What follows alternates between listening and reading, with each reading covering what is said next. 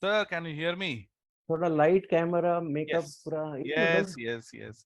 ये लोग को समझ में नहीं आता है सर. ये लोग दो लोग. I think Divya is trying to log in again and again.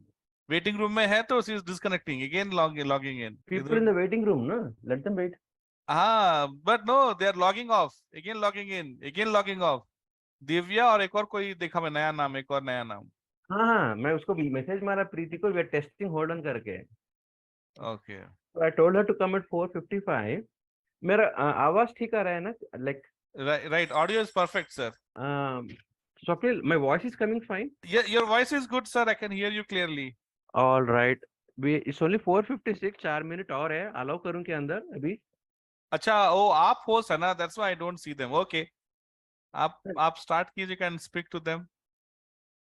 But you are not on video, तो. हाँ, वो लोग आ जाएंगे ना. मैं सो रहा था, अभी उठा हूँ. But both the big guys should be there. एक मिनट कैमरा थोड़ा सेट हो जाए. लावण्य आएगी ना? No, she's not coming today. She's not there. नहीं, family function है बोल के she Oh, told she will not family come. function. Sirisha will come, and a lot of people. Ravi, हाँ. Murli sir, Hari sir, Shavlin, Mrudal, everybody's coming. हाँ. Perfect. And उसके प्रीता के ex-students भी. 4 people are in the room. Wow. View, okay. पहले Sakshi is Preeta Vasan's daughter's name. उसके login पे I'll call her first. Okay. Hello, Preeta. Yes, sir, I'm here. This is my Right. So I'm just right. I'm here. just checking the audio video. Yeah, I can see you clearly. My voice is coming clear to you. I can hear you. Can you hear me, sir? Very clear. Very nice. Okay. No issues. Okay. Okay.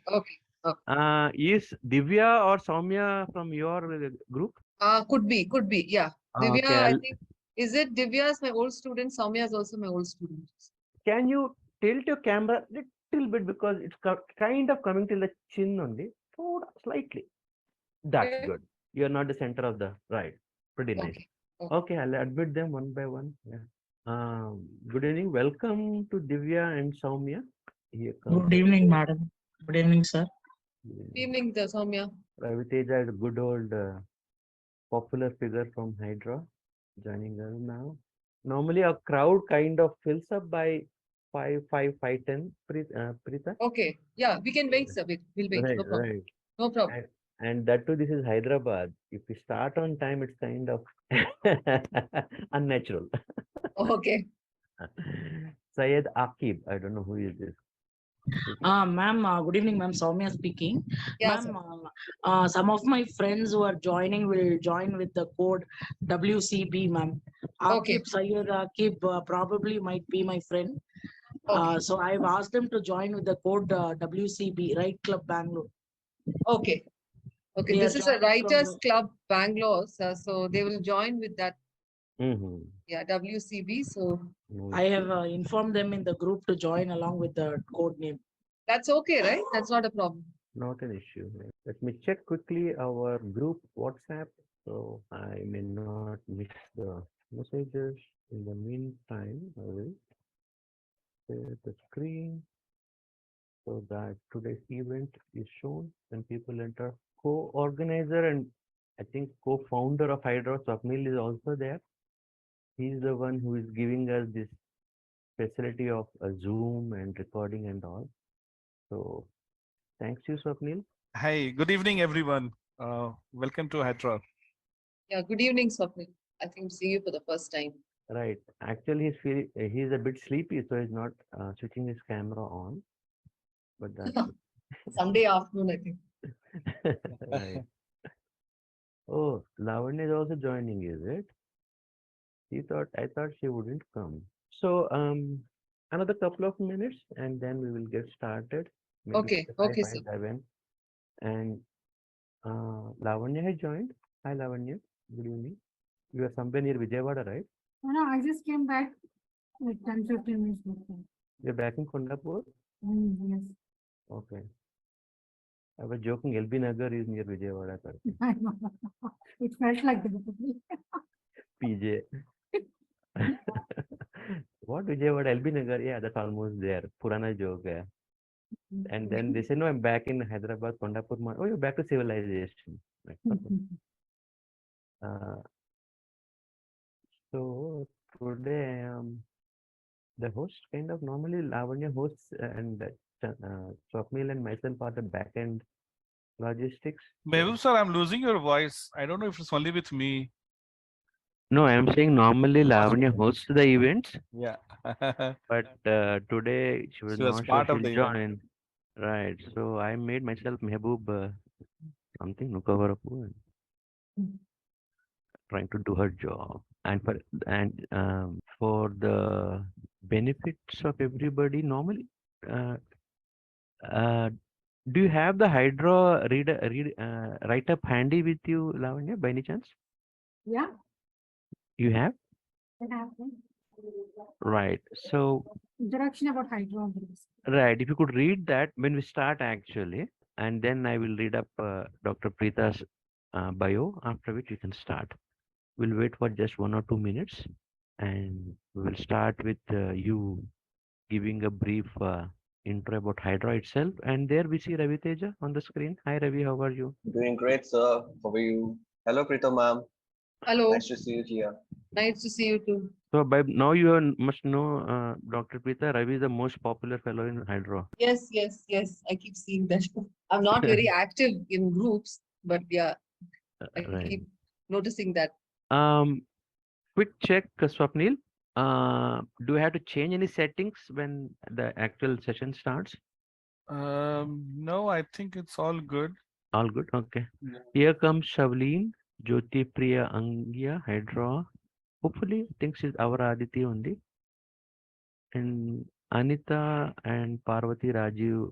They are not. Parvati is my student. Uh-huh. Anita is my sis. I don't know if it's my sister-in-law or somebody else. I don't know. My sister-in-law said she might log in. What did you say WCB stands for? Writers Club Bangalore, is it? Yes, yes, yes. I think Right Club Bangalore, sir. Right Club. Yes, Uh-huh. Is that lady? I forgot her name. Who started? Shravanti Taluri. Sharon Talur. She started Hyderabad also. But, She started Hyderabad. I uh, started Chennai, sir. then what is WCB Bangalore branch? Right Club Bangalore. So Chennai is the third branch, sir. We are trying Uh-huh. very hard to organize events. So right now we are in the process. The third branch. Before starting HydRAW, I used to attend Right Club Hyderabad meetings. There was 2017, I think. Met Shravanti Taluri, Yes, sir. We then started in Aparna 2016. Malladi, even Santosh Mohan Viranki. I don't know how active they are now, but yeah. Shravanti Taluri is the founder and organizer, sir. Yeah. She started off in Bangalore and then opened a branch in Hyderabad. Correct. And you are joining from Chennai, you said? I stay in Chennai, sir. I've come to Bangalore for some personal family. So I'm how born and raised a active Bangalorean. is the Chennai branch, WC? I'm trying very hard to make it work, sir, because we have timing problem and I'm trying to get a place.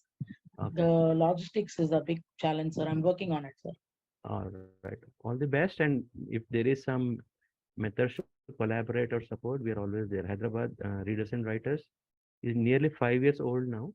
2018. Thank you so much, sir. Right. We will collaborate. Arnab is joining from Australia, recent member. I don't know the non-HydRAW members. So hello to all of you. One of the senior members, Arun sir, who work very senior, reads like on an average about 14 books a month minimum. Average of 14 books. Sometimes it goes up. He has joined. Hello, Arun sir. How are you? Hi, Bamboo. How are you? Right. I'm doing good. Somehow the rains have not come into Hyderabad. Still, I'm good. And Shavleen is a teacher, teachers as well as is a PhD scholar in Chandigarh University. Hello, sir. How are you? I'm doing good, Shavleen. Long time no see. Don't get immersed in your PhD. PhD तो चलता रहेगा 4 साल लग जाएंगे. Come to HydRAW, okay? Every month. Right now, I'm here in Australia also. You are in Australia? I'm here to visit my brother along with my parents. Okay, okay. So Yes. two people from Australia, Arnab Yeah. Das Gupta and Shavlin. Okay, we are Yes, sir. international today. Yeah, very nice Yes, it's an international event. event. Hello, Mehboob. Uh, Nice to meet you all. Arnab, this is Arnab. Yes, Arnab, Mehboob. Hey, How are Arnab. you? I'm doing good. It's kind of right night 10:30 p.m. there, Australia. Your time. It's 9:30. Now we have a 4.5 difference Oh, in the uh, time, so it's 9:30. Yeah. does Australia have one time zone or multiple? Multiple time zones. Uh-huh, We've got 5 different states, so uh-huh. pretty big area. What, each state has their own timer? Huh? Yeah, Very but nice. not like America. I mean, we've got plus minus one. No, just imagine India, 29, 30 states, each having Oh, own time. that'll be a mess. Mess, yeah, right. Bangalore, what is the time now? Chennai, what is the time now? Okay. Okay, 5:10 will start now. A warm welcome to all of you to HydRAW's June special event. This is the featured talk by Dr. Preeta Vasan. Um, and the topic of the presentation is plot versus narrative, nuances of storytelling. And before I introduce uh, or reintroduce Preeta Vasan to our people, every member of a club gives their introduction when they join. But yeah, there are so many introductions that people might not remember. I will request Lavanya to uh, give a small intro to the club itself, Hydra. Uh, Over to you, Lavanya. Stands for Hyderabad Readers and Writers, and it was founded by Mehboob Hussain in 2018. The inaugural session was conducted in September 2018. At HydRAW, the book is the center of our mission.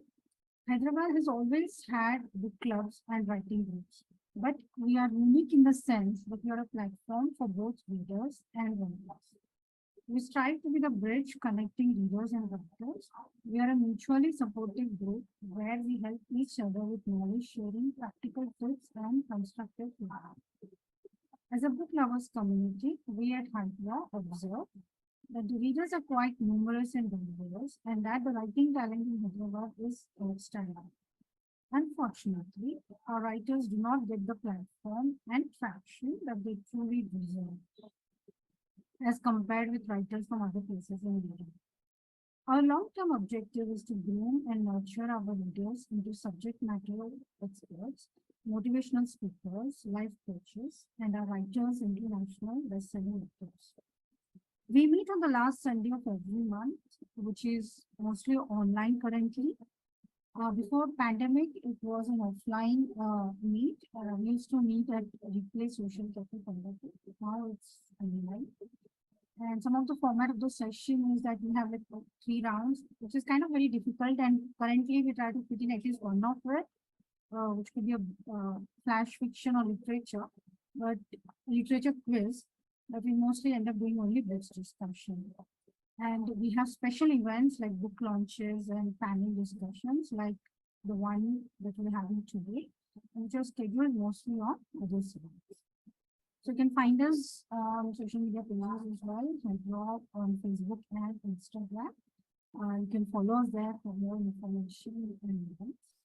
So that's all about HydRAW. Over to you, Madam. Thank you, Lavanya. Before we start the session, I will give a brief introduction to Dr. Preeta Vasan's bio. I don't know if a brief introduction is possible or not. If you look at her profile page on the college, my goodness, it is so impressive and immersive. I think Arnab used the word today to describe Hari sir's article in the Hindu. So Dr. Preeta Vasan, Associate Professor at Jyoti Nivas College, Bengaluru, has the qualifications MA, MPhil and PhD, a teaching experience of 23 years and research experience of 9 years.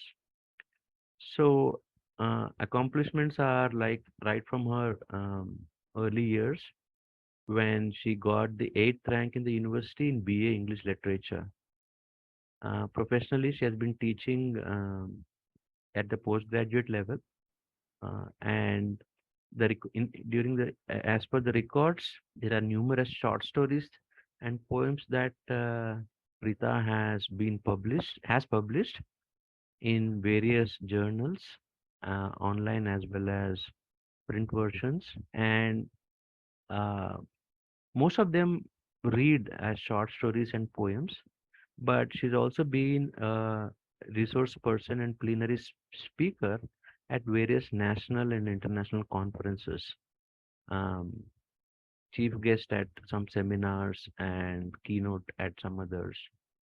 For Jain University, Dr. Prita Vasan has been the resource person and has helped in numerous topics to them. The research published in international journals are very interesting actually. I'll share her profile page in the chat. You guys can go through it. For example, 2010 in International Scholastic Research Journal, she published a paper called The Marginalized in Papsi Sidhwa's Ice Candy Man and Harper Lee's To Kill a Mockingbird. Um, a recent one in 2020 is Narration of Trauma in Yuvraj Singh's autopathography, The Test of My Life, and she has co-authored that with Miss Renuka Belamkar. So, apart from that, she's also a external examiner and question paper setter at for MPhil, MA, and PhD level exams. So that is the short but not probably justified fully the uh, the bio of Dr. Prita Vasan. Gives me great pleasure to have this special event today, and I'm sure we'll all uh, know and learn and also get the opportunity to interact on a very interesting topic, plot versus narrative. Over to you, Preeta, and I have given you screen sharing permissions. So, Okay. First of all, thank you, Mr. Mehboob sir, for the lovely introduction. I really hope I do justice to that introduction. I'm not technically very savvy, so Zoom is not a portal I'm very familiar with. So I have no idea how to share my screen. in the bottom panel at the center, do you see a green up Yeah, arrow? share screen. Yeah, Just okay. click that, and then Oh, okay. I will have to open my PPT. PPT first, right? Yeah, okay, 1 second. Yeah. And if it's an open window, the other thing we could do is if you could email me right now, I can download and open. I have emailed you in the morning, the same thing. The same version? Okay. Yeah, yeah. Please try. In the parallelly, I will do that also. Okay, that will be very kind of you. Thank you. I think you sent it to HydRAW. So, yeah. Yeah, I did. I don't have your mail ID. Okay, So. give me just in the meanwhile, you try to share that and. Okay, I will try. I'll try. Is that Salini who just joined? I think she dropped. Yeah, out. I have opened it. I think this is just. Yeah, please try screen share. Otherwise, Yes. Right. Can you see that? Yeah. Oh, beautiful. Yeah, we can see full. Yeah. Okay. Okay. Who said you were not tech savvy? No, I'm very bad. My students are all there. They're witness to that. Yeah. And I suffered a lot during the lockdown. And with we all have that online teaching and all and that. we have disproved that statement today.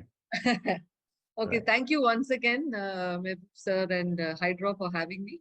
I really hope I do some justice to the introduction and your expectations. It's really not rocket science. It's a very simple thing that I'm going to discuss. And you can stop me at any point if you want to share something or add something to what I have to say. I can't see everyone because of the slide presentation. So and if you have something to say, just switch on your microphones and you can interrupt whenever you want. Can I start, sir? Yes, please. Okay, so so anybody wants to take a shot at what is the difference between plot and narrative? Many times we confuse the two and think they are identical. So I'm going to start off with an example. Alt tab. Alt Alt tab. plus tab plus. Right. Yeah. Oh, I think she stopped screen share. Yeah. Okay, how do I move this slide then? You have to start the screen share again. You have stopped. Yeah, yes. Press enter or spacebar. And press enter Or Enter. spacebar. Okay. or escape. You wanted to move forward the slide, is it? Yeah, next one. How do I go to the next slide? Arrow. Page just down. just put the arrow, the Arrow. next arrow. You see the right arrow on your Keyboard. keyboard Yeah, on but it's the not right. moving, which is why I'm wondering. Why Or go to just the- use your mouse. Use your mouse. now you know what I said. It's in the edit mode actually. So you have to escape it. First escape and then right arrow. I think I've gone and clicked something else. Now I can't even see my screen. Ooh. Can you click on the escape key? Okay. No, it's still in the edit mode. And then the right arrow, like Arnab is saying. Can you go to the right arrow? I did that. It's not moving. It's not moving, is it? Okay. Okay. 1 second. Maybe. One Galaxy has joined and one Motorola has joined. Okay. Do you like waiting to for- share, sir? Is that possible? Because Yeah, I don't- yeah, I'll do. I'll share this. It's not screen. really much in the slide, so that's okay. I can request you to move I it. started sharing. Okay. Yes, sir. Yeah. And then I click on FY to make it full screen probably. Slideshow from beginning. Yeah. We can go to the next slide now. That's Okay. Yeah. Okay. I just clicked and went to the next slide. Okay. yeah. Okay. Yeah. So this is to give you an example of what is the difference between narrative and plot. The first is the opening line from A House for Mr. Biswas by V.S. Naipaul. The second one is not from Naipaul, it's my version of the plot. So that's to give you an idea about what is the difference between narrative and plot. The second one is just telling us a story. The third one, of course, has arranged the story somewhat differently to tell it to us in a creative manner. Okay? So we are going to just see how this works. Okay? Can we go to the next slide? Did you all read that first quote? 10 weeks before he died, Mr. Mohan Biswas, a journalist of Sikkim Street, St. James, Port of Spain, was sacked. And then you have the same information arranged in more sequential manner. Mr. Mohan Biswas, who lived in Sikkim Street, St. James, Port of Spain, was sacked in July, and he fell ill and subsequently died. So I'm going to, this is just to give you an example of what I'm going to talk about. Next slide, sir. Okay, so Hold on. It's gone back, I think. right. Next, yeah. Okay, so the word narrative comes from the Latin word narrar, which means to know, right? Where you say something so that you know it. So that's where it comes from. So strictly speaking, when you say something is a narrative, it's when you relate something to communicate something, to say something, right? You talk about a sequence of events, this happened, that happened, all right? So plot is just a story. I would say narrating is how you tell that story, and it need not follow the logical sequence of a plot, right? So we can have different kinds of narratives. We have non-fictional narratives, historical accounts, documentaries. All these are a represented story, a told tale.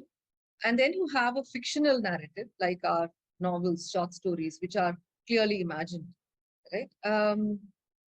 But there is I mean, normally we say, what is the story? Can you narrate the story to me? But there is a difference between the two, and that is what the purpose of this talk is, to show what is the difference between a plot, which is just a storyline, and narrative, which need not follow the way the story must be told, which can take on any kind of ways of telling. Right? Okay, next slide. Okay, so there are several factors that impact a narrative, and we're going to see the difference between plot and narrative using 3 examples of, I mean, the 3 books that were there that we're going to discuss very briefly to differentiate between these 2 terminologies. Okay, so there are so for now, I'm just going to say that plot is a storyline, right? And narrative is how you're going to narrate this storyline. So first, I'll start off with this term, chronology, that is the sequence of events, right? So you can have chronos, which means you narrate it in a chronological order. This happened, 1, 2, 3, 4, 5, right? 1947, 48, 50, and so on and so forth. Or we can break the chrono, what we call in literary terminology, narrative terminology, what we call anachronies, as in opposite of chronology, which is where you have that other word, kairos, where the narrative becomes a mix-up of past, present, and future. I mean, this is not a book we are discussing, but I try to get a sample of that. But the opening paragraph of Amitav Ghosh's Shadow Lines is a brilliant example of kairos, because you really don't realize that you are in 1980s, the way he moves between 60s, 40s, and then he comes back to the, to 60s, and so on and so forth. So you go back and forth. You don't necessarily go in the order, chronological order, a scrambled kind of numbering. A recent writer who does that again very well is this Chinese-American writer. Her name is Celeste Ng, N-G. She simply changes the modal. One line it is in present tense, next line it is in a future tense, and then there is a had been introduced. So you kind of slip between the lines in terms of chronology. So that's again something that happens in narrative. Story is by and large sequential. Right? So based on chronology, you can have two kinds of breaking of chronology. One is what we call analepsis, which means you go backward, retrospective narrative, flashback. Right? Some writers indicate it using year or time, or maybe just to change the tense. Right? So that is analepsis. You go backward. But then sometimes you also go forward. I mean, you anticipate the event even before it happens. Narayan does that in the opening chapter of the guide. There is the famous crime fiction writer Ruth Rendell, who does that in many of her works, where in the opening line, she tells you who the killer is, right? And then the rest of the book is about how the murder happened, why it happened. So it's a very different kind of a crime narrative. So prolepsis is talking about the event before it happens. I think the House for Mr. Biswas starts off with a classical example of prolepsis, right? 2 years before he died, he was sacked. So that's an example of prolepsis. So there are different ways in which we can break chronology. We also have, like we have in cinema, we have cinema speed and real speed. Like the man is hanging from this clock for 10 minutes of the reel running through, whereas actually it is only 1 minute. So similarly, we have narrative speed also, acceleration when events that take place over a long period of time are narrated in a very short duration. Then deceleration, deliberately slowing down time, narrating something that happens just over perhaps 10 minutes, narrating it over 10 pages and things like that. So narrative speed is also determines narration. Again, we will see this when we come to, I think, the guide, where the first person narrative's speed is very different from the third person narrative speed. I'm going to pick up 4 before I go to 3. Now, this is all narrative terminology, but it just makes life simpler to understand. So you can have different types of narrators. In fact, in a work, I'm sure all of you are familiar that you can have more than one narrator, right? Multiple narrators, also a possibility. Lucy Foley, again, a crime fiction writer, deals with this multiple focalization without no first-person narrator, but all multiple focalization. So each time you are progressing, at the same time, you are understanding another angle to the story, to the plot, right? So who are these 3 names? Diegesis is knowing the story. So you can have a heterodiegetic narrator, you can have a homodiegetic or an autodiegetic narrator. The same work can have all 3 kinds of narrators as well. So heterodiegetic is usually what we would say a third person narrative, the authorial voice, or basically a narrator who is not a character in the book, right? So if you take, for example, something as complex as, I mean, people were discussing Wuthering Heights in the group yesterday. Emily Bronte would be the heterodiegetic narrator, right? So she is not a character in the book. Then you have homodiegetic narrator, a narrator who is a character in the book, but is peripheral to the narrative. I mean, which means he's not the central, he or she is not the central protagonist of the book. Lockwood would be a classic example of a homodiegetic narrator. Right now, autodiegetic is when it's a first person narrative again, but the narrator is the central protagonist, like Jane Eyre, the novel Jane Eyre by Charlotte Bronte. That would be, Jane Eyre would be an autodiegetic. When we come to the book, The Murder of Roger Ackroyd, we will see how Agatha Christie brilliantly plays around with these two terminologies. It's simple understanding of these two terminologies, and then we understand how that text works. Very recently, we have these two terms, not in fact synonyms to each other, but not again very dissimilar to each other. Narrator versus focalizer. This is something which has been introduced recently by Gerard Jenny. Narrator is a person who narrates the story. We are all familiar with that. So we have first person narrative, second person narrative also, and then third person narrative. Focalizer is the person who is seeing the event. Right? So Gerard Jenny tries to differentiate between these two voices. The person who is seeing need not necessarily be the person who is narrating. Okay, normally we assume they're identical. This works very well in works where there are, which are children's narratives. I'm not sure if you're all familiar with this book called The Boy in the Striped Pajamas by John Boyne. Now, John Boyne uses the third person narrative, but the focalizer is the boy Bruno, because much of the, the sadness, the shock of the narrative comes because it uses Bruno's perspective rather than Boyne's perspective. So the focalizer, you're seeing the events through the eyes of Bruno, the boy, but the narrator is John Boyne. I think when you all discussed Persuasion some other time, in Persuasion is the only novel where Jane Austen uses Anne Elliot as the focalizer. And if you look at that book, you see everything Anne sees. You don't hear anything other than that. I mean, that's the only book where she does. So those are very few things that I've just mentioned a few things. There are a whole lot of things, but I don't want to bore you with too much theory. So these are some of the things we will also be looking at when we study the narrative, and therefore as a result, what happens to the plot of the three. We can go to the next slides. So I'm guessing most of you are familiar with this book, right? The Murder of Roger Ackroyd by Agatha Christie. Is everybody familiar with this book? A lot of us have read this. Hello. Yeah. Right. Yeah. Okay. And it was, I think, a book of the month last year. Oh, okay, great. Okay. Right. Okay. Yeah. Okay. All right. So this is I've given a few subtitles to the title itself. Most of you who have read this, you will find that in the end, you are generally very betrayed. You feel that she has cheated you, right? Because you don't expect the narrator to be and when you discuss this book, that is kind of shocking thing that comes to you then, and you're like, what just happened to this book? And then you feel very betrayed that she cheated you.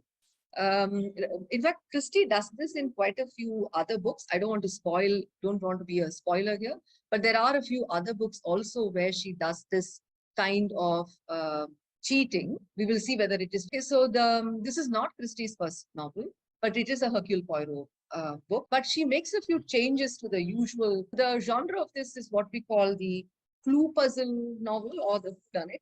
And Christie's books typically belong to what is called the Golden Age crime fiction period between the two world wars, when she wrote this whole lot of these books using Poirot and Miss Marple, then you have other detectives and non-Poirot, non-Marple books as well.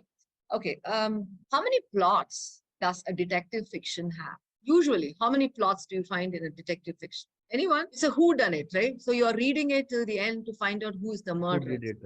Yeah, so how many plots do you normally have? Ravi, I can see your face, so I must. I'm assuming it's 3 plots. 3? Why would you say 3? One will be in the detective's perspective, the other will be the third man's perspective, and the third one is from the murderer or the killer's perspective. From their perspective. Yeah, but that will be 3 narratives. That's not plot, right? There's only one plot that means. Oh, it's only one plot.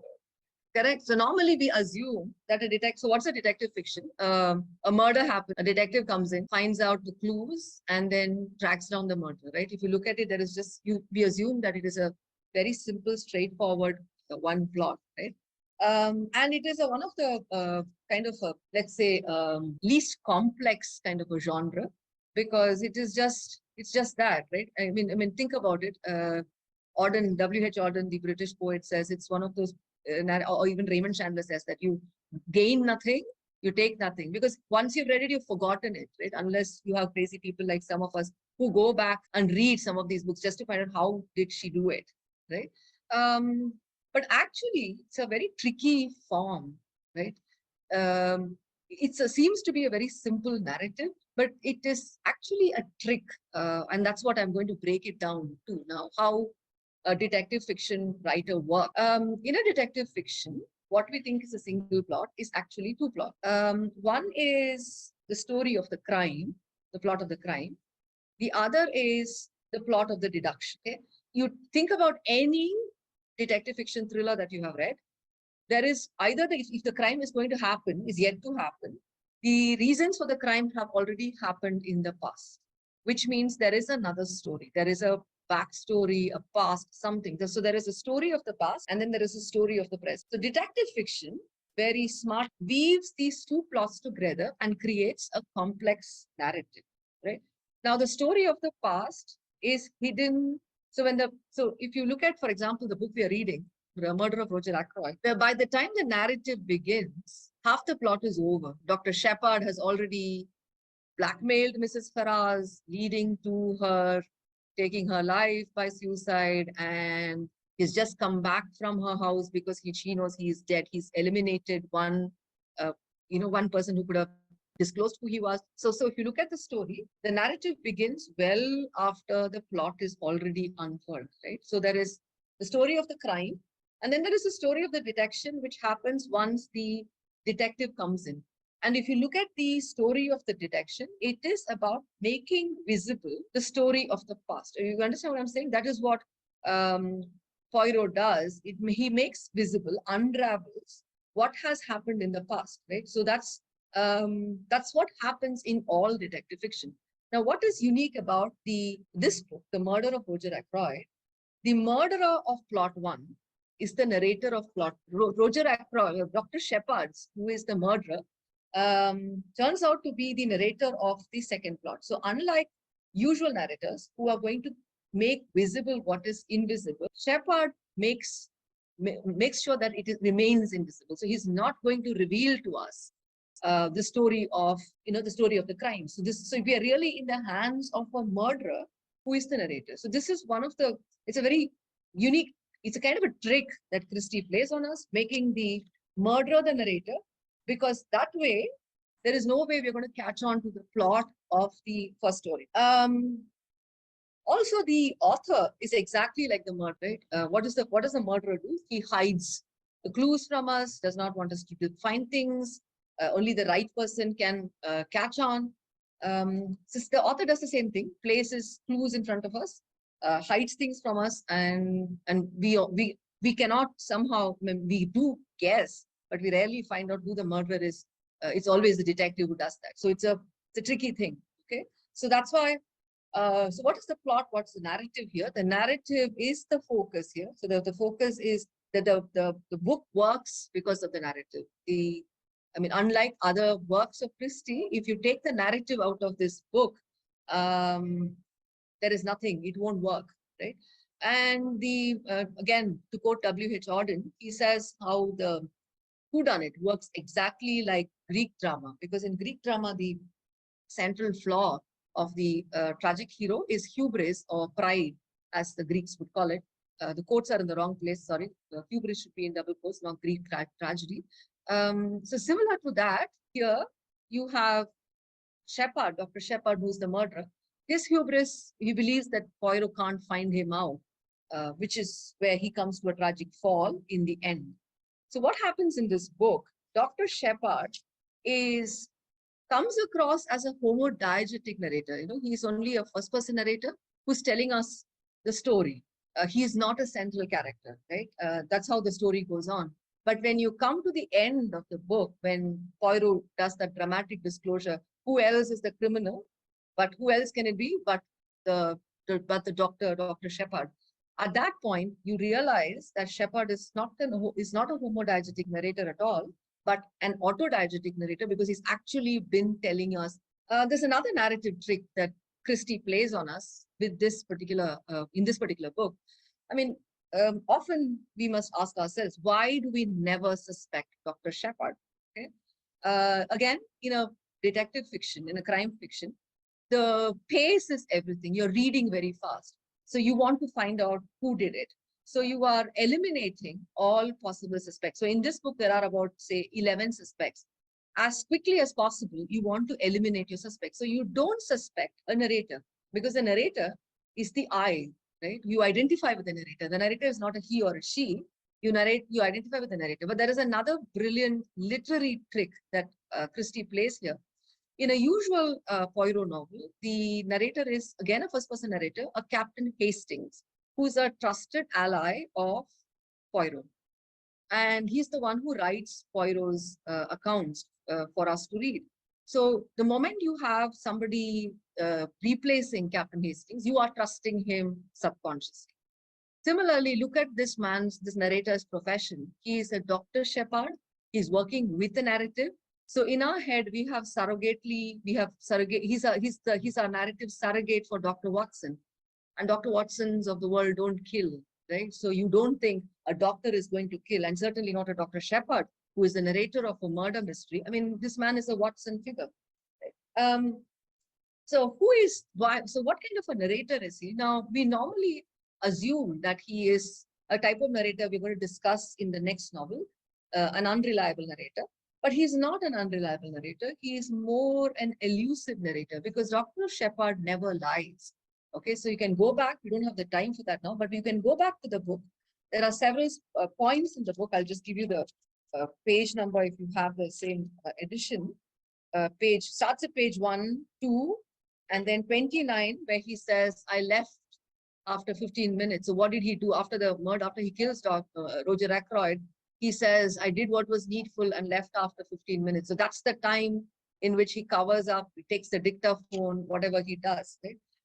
The telephone call again, he never tells us that what the call is about. He tells us that he's wanted at Roger Ackroyd's house immediately. Right? So is he an unreliable narrator? No, he is just elusive. He elides.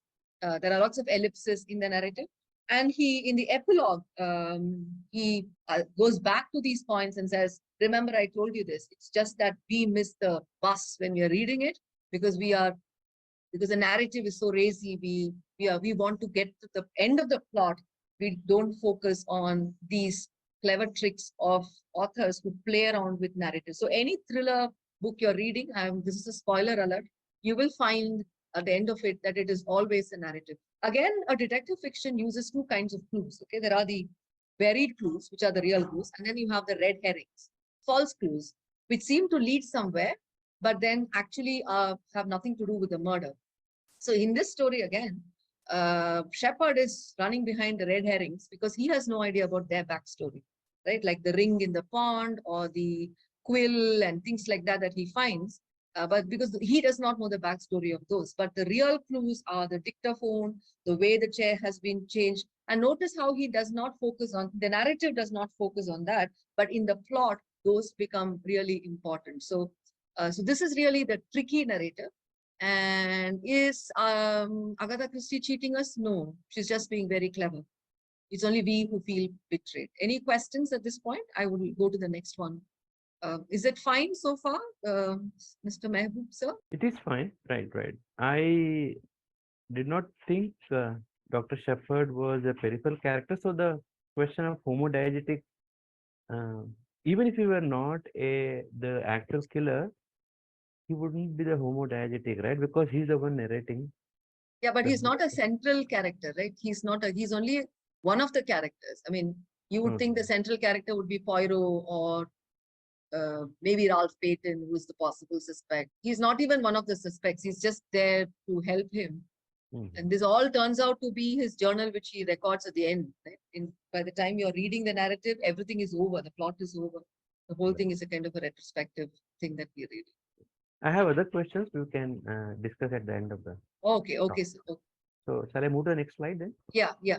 Okay, so this is a book. It's called Pale View of the Hills by Kazuo Ishiguro, who is now a British-Japanese writer. Recently won the Nobel Prize for Literature. I have picked up one of his first books. This is called Pale View of the Hills, lesser known book of his. And I've deliberately given us a subtitle there, Pale View of a Story or Stories. So the yeah, locating the amygdala. So for those of us who are not familiar with what the word amygdala means, the amygdala is it's a location in the brain, which place in the brain, which stores traumatic memories. So that's what the amygdala is. If you're not familiar with the story, so there are dual frames to the story. There's only one narrator, and she is a character called Sachiko. So Sachiko has so there is an outer frame which takes place somewhere in the 1970s in England, where Sachiko is narrating to her daughter Nikki. The context of it is the death of her other daughter, Keiko. So Keiko is born to Sachiko and her Japanese husband, Jiro. Nikki is born to Sachiko and her British husband, Sheringham. Okay. And then in this context, Sachiko starts narrating about her life in Nagasaki in the 1950s. So that becomes the inner frame. So it's actually one narrative, but it just keeps moving between two times, unlike the next book that we're going to see, where there are two different narratives themselves. So there is one narrator, but two time frames between which Sachiko keeps moving. And she starts narrating about her life in Nagasaki when she was pregnant with Keiko, the daughter she has lost in the outer frame. And she starts talking about these two other characters, okay, called Etsuko, a woman called Etsuko, and her daughter Mariko. And the whole inner narrative is about the troubled relationship between Etsuko as a mother and Mariko, the daughter. Etsuko seems to be this very selfish mother who wants to go away to the United States because she finds Japan is very conservative, and it's the time right after it's right after the bombing of Hiroshima, Nagasaki. This takes place in Nagasaki. And Mariko seems to be a very mysterious child who claims that she can see this strange woman. She gets into fights with other children. Etsuko also quite unnaturally leaves Mariko alone for long periods of time, asking Sachiko to take care of Mariko. So this is what this book does. It goes back and forth. And then after you read the book, you just say, okay, now there are a lot of things I don't know, right? Like I've said, retrospective narrative, chronology keeps moving back and forth, like I said. And at the end of the book, and I would suggest that if you've not read it, please definitely do read that book. At the end of the book, we find, guys, sorry, I didn't know my video was off. At the end of the book, you're asking a lot of questions, right? What happened, for example, to Mariko and Etsuko, right? When did Sachiko leave Nagasaki and come to England? Did she divorce Jiro, or did Jiro die? Who is this Sheringham? And so on and so forth. So there are huge gaps, which is again very typical if you've read other Ishiguro novels. It's very typical of Ishiguro to leave these gaps. Okay, so these are, so for example, there are points where she keeps talking about this child who is on a swing. Okay, and there is absolutely no connection to the narrative, but this keeps recurring throughout. Then she talks about the Keiko's room. Keiko is not there anymore. As you know, there seems to be a ghostly presence in that room. And you also are curious about what really happened to Etsuko and Mariko. Did Etsuko go to America? What happened to Mariko? And so on and so forth. Okay? Now, Sachiko is also a very unwilling narrator. I mean, she keeps talking about how her memory is fading. She doesn't remember many of these things, and it's good to forget these things, she says. And she also says, why must one bring these things up? We can, we have moved on so much. And she also claims that, you know what, my memory is not so good. I would have forgotten a few things. There is a lot of this places where she admits that she is an unreliable narrator herself. So we end up believing Sachiko quite a lot, especially because she keeps saying that her memory is fallible and maybe she does not remember things exactly as they happen. Okay? Now, so while we know Sachiko is unreliable, we don't realize how really unreliable, if I can use that term, she is, because Sachiko makes certain flips in her narration. Okay? For example, there is one point where she's in the end of the book, she gives Nikki a picture from a calendar, and she tells her, this is a picture of a harbor, the Nagasaki harbor, and she says, yeah, I particularly remember this harbor because on that particular day when we visited the harbor, she says, Keiko was very happy. Okay, so this is what she says, the outer frame of the narrative. But in the inner frame, the person who is really happy is not in fact Keiko, but it is with Mariko that Sachiko goes to the Nagasaki harbor, not Keiko. Okay, so you're then wondering, what is that inner narrative? Okay, and then there is the constant reference throughout the narrative to somebody hanging by a rope or Sachiko being pulled by a rope. Okay, now Keiko hangs herself in her apartment, I think in Manchester, and it takes a week before the landlady finds her body. So as you move deeper into the story and you read carefully, you understand that Sachiko is a victim of PTSD, post-traumatic stress disorder. She holds herself responsible for her daughter's death because what Keiko dies of is a kind of a culture shock that happens to her when she comes to the UK. Maybe victim of racism as well. You find there are lots of spots where Sachiko can't help narrating things like how alone Keiko was, how she would not talk to anybody, locked herself in her room, cuts herself off from her mother. Right? But these are all very passing references. And so you have in Sachiko, Sachiko holds herself therefore responsible for her daughter's death, sees herself as a bad mother. But these are all, I mean, considering the brilliance of Ishiguro's narrative, these are all suggested. And how does he suggest this? For example, we have something in narrative called internal focalization, right? Which is where you meet this character only via the narrative of a character. You don't see the character otherwise outside at all. So these two characters, Etsuko and Mariko, are in fact internally focalized by Sachiko. We don't even know whether they really exist, right? So they're probably Etsuko is probably Sachiko's doppelganger. She creates her to talk about maybe her own, maybe her own relationship with her daughter Keiko, like Etsuko and Mariko, her being a bad mother, having brought her daughter here, therefore being responsible for Keiko's death. Okay, so this is where we have the unreliable narrator. Right? The unreliable narrator is a kind of it's a structural irony that the author comes up with, where the reader and author know something which the narrator does not know. You will find this again in The Remains of the Day, again by Ishiguro, Never Let Me Go, again by Ishiguro. So all these use this unreliable narrators, where the way the narrator interprets events is not correct, but we as readers know that the narrative is kind of distorted, misunderstood, right? So we go back and I mean, Ishiguro's brilliance comes in where he leaves those gaps. Textual gaps are there. So much so when you're discussing this book, you're asking yourself, what happened to these people? And what is this reference to this hanging and this rope? There are also lots of parallels in the two frames that Ishiguro brings in. So only towards the end, you realize that probably Etsuko and Mariko don't exist at all. And in fact, Ishiguro says in a narrative, in one of his interviews, that maybe they are real, maybe they are not real, but through them, Sachiko is able to talk about her loss and her trauma. And so you have in Sachiko, the classic unreliable narrator.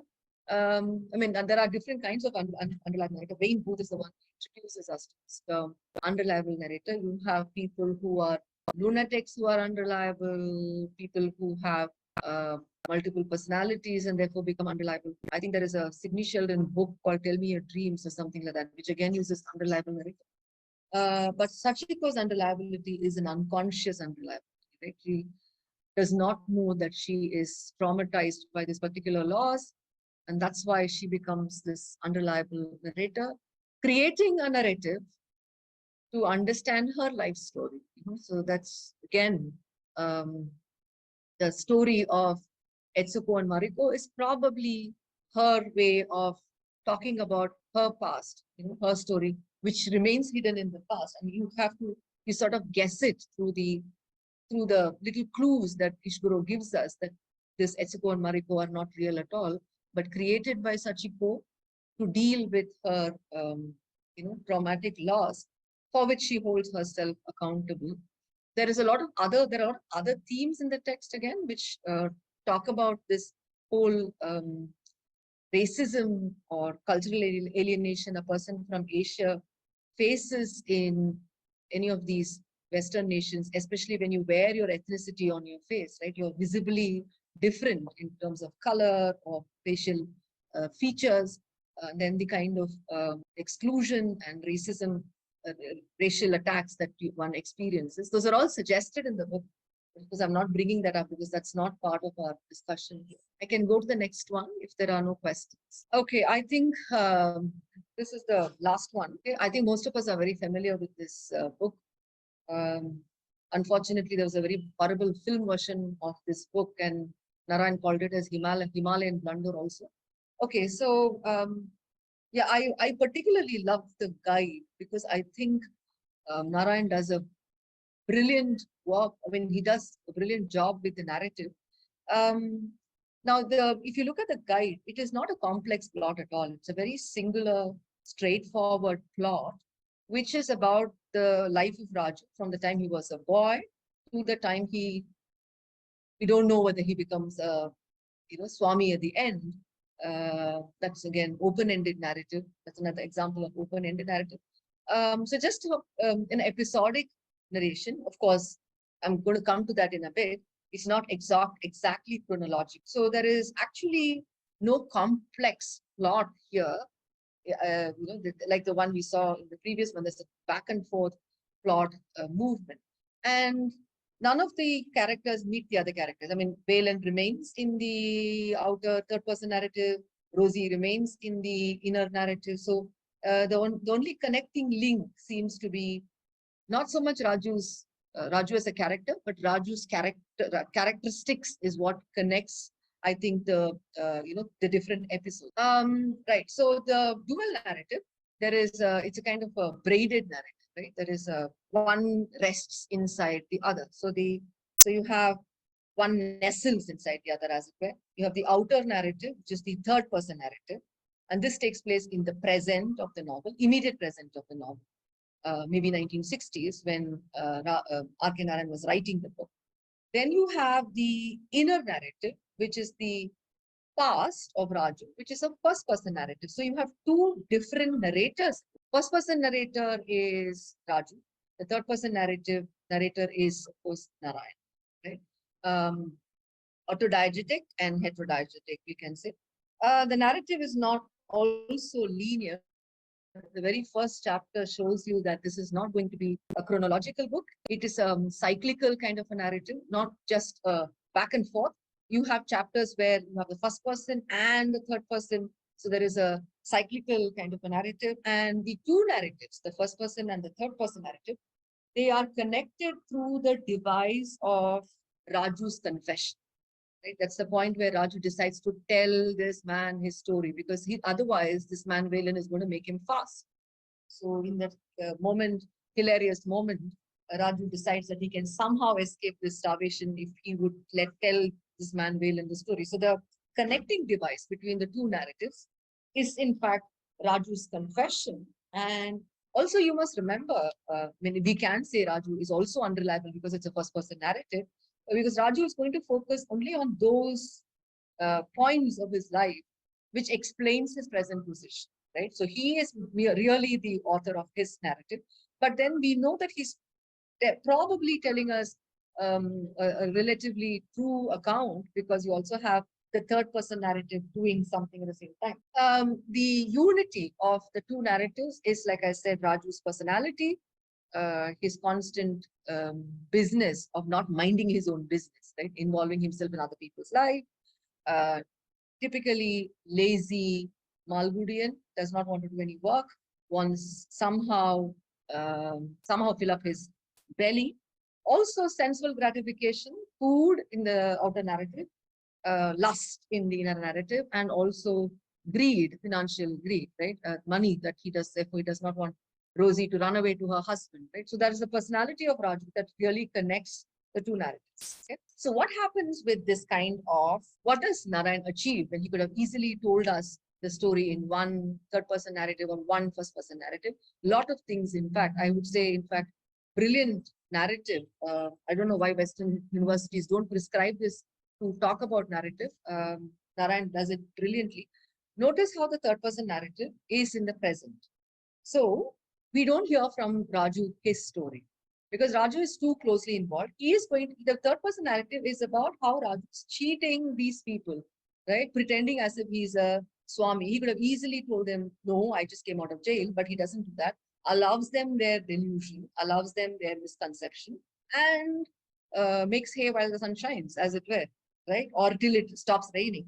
So Raju is too self-serving, too selfish, too involved in the present. So Narayan does not give him the narrative there, but allows him to talk about his past, right? He's a little more distanced now, and so can see his past in a somewhat ironical stance. He's quite self-critical, definitely not uh, repentant, one would say, but at least self-critical, right? So that is one thing that Narayan achieves, distancing us from Raju. And so we are able to judge Raju in the present, so to see what a fraud he is. At the same time, we are able to maybe not empathize with him, but sympathize with him because we know that here is an ordinary man who, like all of us, made mistakes, and therefore he is in the situation where he is now. Now, the third person narrative is also the point where Narayan brings in his satire. I mean, there is satire throughout the book where Raju also mocks himself at several points, but it is in the third person narrative that you have Narayan's ironic tone. There is a point where Narayan says, Raju decides, wonders what he can do to become a saint. Huh? And what does he do? He decides that he will grow a beard because that will enhance his personality. And there's one point where Raju is so impressed with himself that Narayan says, Raju thought that he will grow two wings and fly up to the top of the temple. And there's one point where Raju wants to take the dust off his own feet. He feels so great elated about himself. And we are laughing at Raju at this point because this is presented through Narayan. That's why the braiding the satire, it's a braided narrative, right? Because we are able to see in the third person account how Raju commercializes spirituality, right? How gullible villagers are, the classic Indian syndrome of making gods making god men out of humans, right? Did man make God, or did God make man, or did man make God? And Narayan plays around with this in the third person narrative, right? The fetish we have with the holy men and things like that. I mean, he has remarkable, I mean, the whole episode of the Bonda, right? Raju is wants to eat Bonda, and then these people are coming here to ask him to fast, right?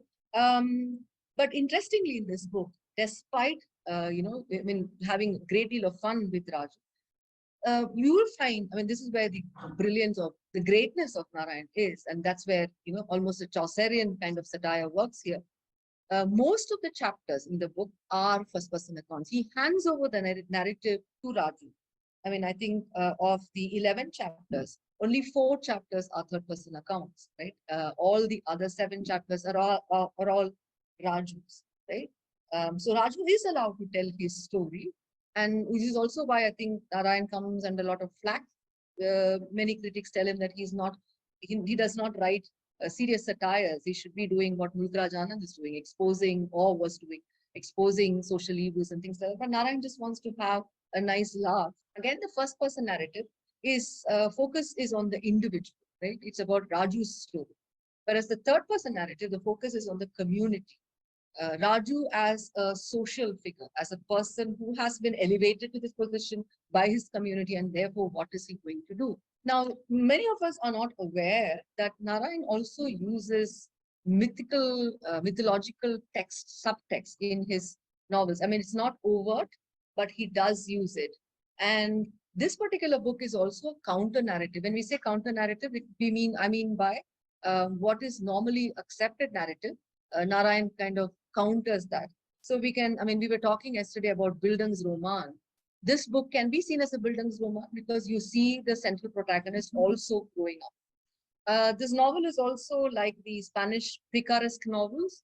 Picaro means rogue, so the novel is about rogues. Raju is a rogue.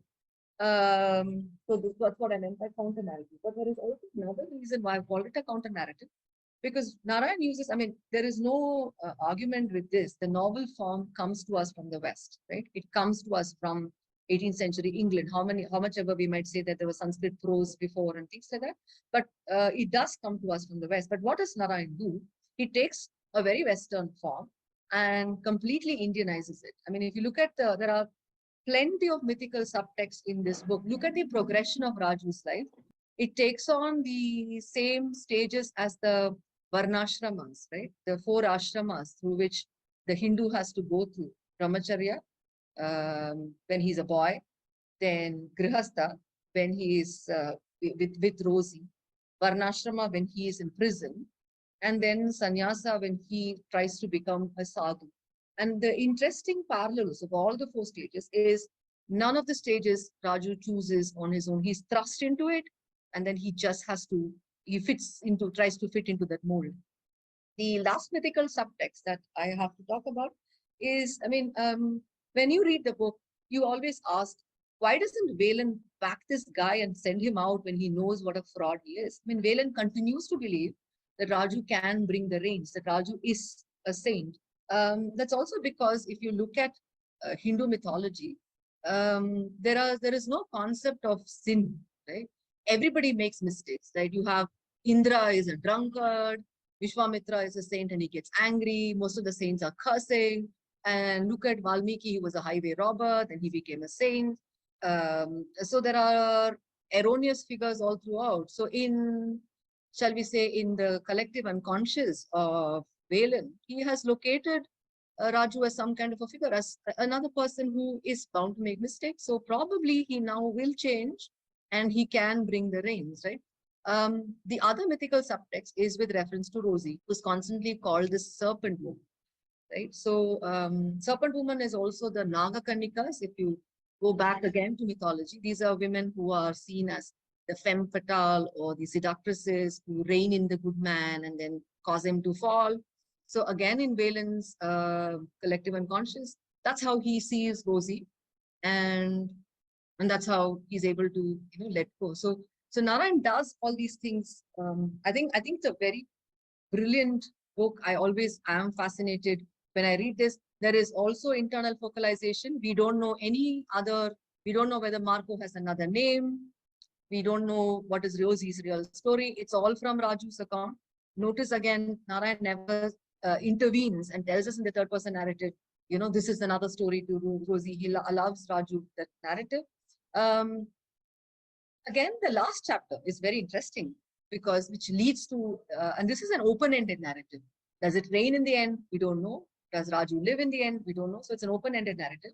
But there are interesting clues that Narayan drops in the third person narrative. Till a particular point, if you read the book, Narayan calls him Raju. Suddenly, it shifts to the Swami in the third person narrative. So Narayan then saying that a rogue can become a saint in the end? But till the end, again, he makes him lie when the American journalist comes and asks Raju, have you always been a saint? He says, more or less, which is a blatant lie because we know the kind of life he has led. Mythical motive is also there in a lot of other Narayan books. We don't realize it. You have the Man-Eater of Malgudi, which is completely based on the Bhasmasura myth, right? Where Vasu kills himself. He hits his forehead and he dies, which uses the Bhasmasura myth. Also, within the plot, in all his storylines, you will find that Narayan uses one of these things which are seen as wrong within Hindu philosophy. Either it is artha, wealth, or it is kama, moha, or lobha. You will find in the plot that he is always playing around with these four. I mean, these are not very obvious to most of us who read Narayan. We think he is very simple, and that's why I think he is fascinating for most of us. But this is a particular novel which I really loved because of the way the narrative, there's only one story, but it's the narrative which is fascinating. narrative, which is the one which makes the story. Yeah. So we always, when we write, we always say, show, don't tell. I think the show is the narrative. Telling is the story. So how do we tell the story? Right. So the narrative makes big difference to a very simple story. One line, he died, she cried, can become something else when you narrate it. So that's all from me. Thank you once again. I hope that was not too fast also. Thank you, Preeta. Thank you, sir. I could listen another 1 hour easily. I made so many points here. Personally, I'll visit these 3 books once again, and round of applause to Preeta for her effortless ease with which she talked about literature and presents the various facets of important books. And I know Fiza has just joined, and Fiza and Dr. Rizia Laskar, these are big fans of Agatha Christie, particularly the murder of Roger Ackroyd. So I'm sure people will have a lot of questions. So I'll stop the share here and open the floor for questions. And there is a raise hand facility in Zoom, but guys, go ahead. We'll not be so formal. So who wants- Mehboob, Arnab here. Hi, Uh, Arnav. it's Go pretty ahead. late here. So if you can allow me, I have got a quick question for Dr. Preeta. Sure, you can have Um, quick questions, multiple actually. Go ahead, please. um, so so first of all, my first question is it Dr. Preeta or Dr. Sakshi? No, that's my daughter's name. I am Dr. Preeta. Oh, My system has I have a very old system which video does not work, the audio doesn't pick up. So I'm using my daughter's. right. That's all right. So Dr. Preeta. So first of all, I really wanted to express my sincere appreciation for your insightful book on plot versus narrative. I myself is a non-fiction writer, and I understand the entire context was from a very fictional point of view, but your clarification example, I think, have greatly enhanced my understanding of storytelling. But I think I'm truly grateful for the knowledge you have shared. So thank you very much for your invaluable contribution to the field. I have a small question, and this is kind of a non-fiction question. I don't know if you can take it. I'm asking it because you have I can see your signature and your qualifications. So I thought of asking it, but you can always pass it if you like to. My question is, looking to the future, what exciting developments do you anticipate in the field of plot and narratives? Are there any emerging trends or technologies that you believe will significantly influence the way stories are constructed and consumed? So when I say technologies, I mean, as artificial intelligence and machine learning continue to advance, right? We are seeing an emergence of AI generated narratives, ChatGPT, right? Almost everyone is using it now. So how do you envision the role of plot and narrative in this AI generated stories? And what implications does this have for human creativity and storytelling? So that's my question. Okay, so the AI part, I'm not very sure, but I will try to approach this a little differently. Okay, I think today we have an area in humanities called digital humanities, where we are saying, now, let me start with your first part of your question. We're talking about non-fiction and fiction, right? Now, Sure, yeah, so within within literary studies itself, there is a huge debate about what is fiction and what is non-fiction, right? In fact, I very consciously avoided using the word factual. So when you talk about narrative, we now say that everything is a narrative. For example, this meeting is a narrative. Okay, so everything is a narrative where we are all going to share different plots, maybe different stories, right? So when you say everything is a narrative, you're also saying that nothing is absolutely the truth. So there are different versions of the same story, which that would be the first part where you're talking about non-fiction. Even this non-fiction, how factual is it, right? For example, let's say, a government document versus a newspaper article about a government. So who is talking, whose narrative is factual and how far is something fictional? So So we are in a very, what we call the postmodern period, where the lines between what is fact and what is fiction is constantly blurring, right? So what could be Right. factual for one narrator is probably fictional for the other person, right? Now, this blurring becomes even more in the digitized world because now it's available for everyone, right? If I want a book, for example, in the past, I have to go buy it from a bookstore. Now, free PDFs are available. You can, I mean, there is a, for example, there is a um, graphic book which I've been trying to buy, and it's very expensive, the hardcover. So I was trying to convince myself, this time I will read it on Kindle. I don't like reading on Kindle, but the hardcover is very expensive. And guess what happened? My student found a free PDF. Okay, so I think technology is in one way bringing us all closer. Okay, now in terms of what narrative technology throws up, right? Yeah, it is fluid, it is available, right? But it's making it even more obvious. A, it is accessible to everyone. B, making it even more obvious that the lines between fact and fiction is blurring, right? And so anybody is a narrator today. We've had students who have worked on blogs, for example, as part of their research. So normally you would say that blog is not something elite, in a very elitist perspective, would not say it is high literature for somebody to work on, but we are saying that that is also a narrative. So let's consider that as well, right? For example, I teach a paper called Popular Narratives, and one of the texts I teach is Michael Jackson. I teach Michael Jackson songs. So where do we say what is literature and what is? So that's another narrative. I mean, when you can have who is that guy who's the pop singer who won the Nobel Prize for Literature? So there is really no. So technology is bringing us closer. Technology, I think, is also very dangerous because everything is available to us. But as an academician, I would say it is endangering some of our jobs. But I think that's where the human mind should work better than technology. Plagiarism checks are now outdated.